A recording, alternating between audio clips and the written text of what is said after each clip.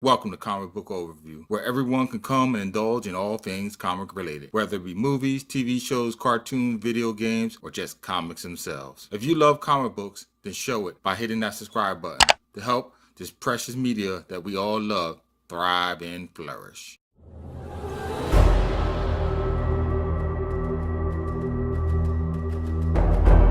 I don't know about you, but I'm getting this sin mixed up with the sin known as vanity. To me, these two are similar, but different. The model used in both the movie and the comic I would definitely feel falls under the category of vanity. This is more appropriate because it deals with her looks, strictly on being desired because of her physical appearance. Now pride I feel has to do with doing or not doing, accepting or not accepting something you feel is beneath you. It is not being humble and is elevating your feelings of superiority over what you should do, whether out of respect or necessity. The woman wasn't selected for pride, but vanity.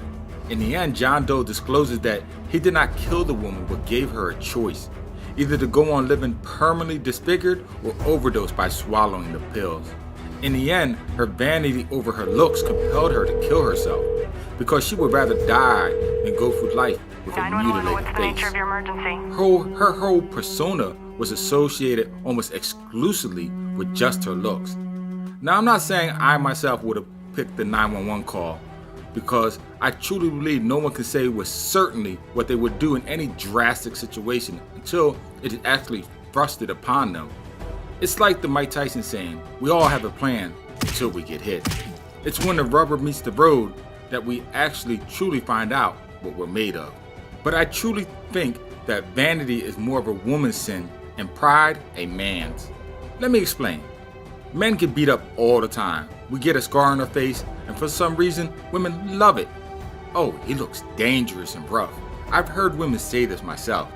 A man's sexual value or worth, or whatever you want to call it, is not measured in his face. Biggie Smalls said it best. Black and ugly as ever. However, I stay Gucci down to the socks, watch and rings filled with rocks. Me personally, I think the opposite. You can spray perfume on crap, and to me, it's still gonna be crap. But I don't disagree with Smalls. You attract women by your attire. They are just never the type of women that I have ever wanted. But again, as always, I digress. A man's choice of sin between the two is definitely pride.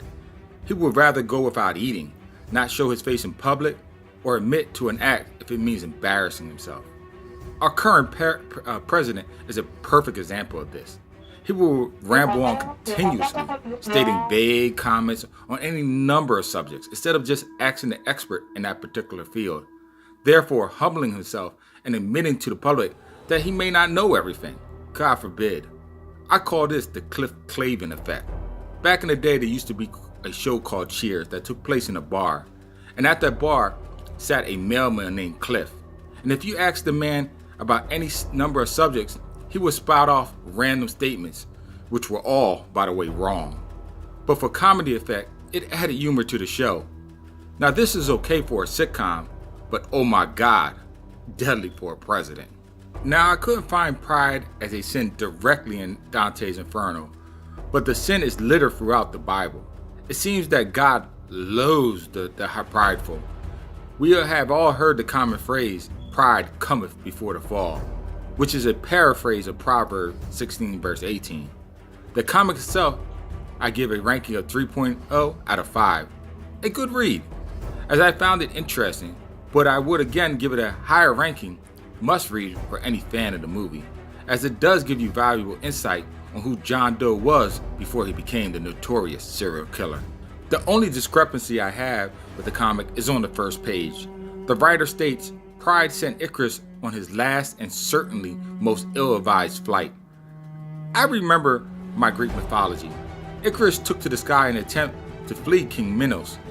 He died because he did not heed his father's advice of not going too high in the sky because the heat from the sun would melt the wax in his wings, and not to fly too low because the ocean would wet his feathers and therefore plummet him to the sea. Icarus is a cautionary tale of rebellious youth and what happens when you don't heed the advice of your parents. not the consequences of pride, I feel. Well, I hope this video was entertaining. Please visit my YouTube channel for more like it, and tap that bell icon on your way out. And oh yes, as always, keep reading, my friends.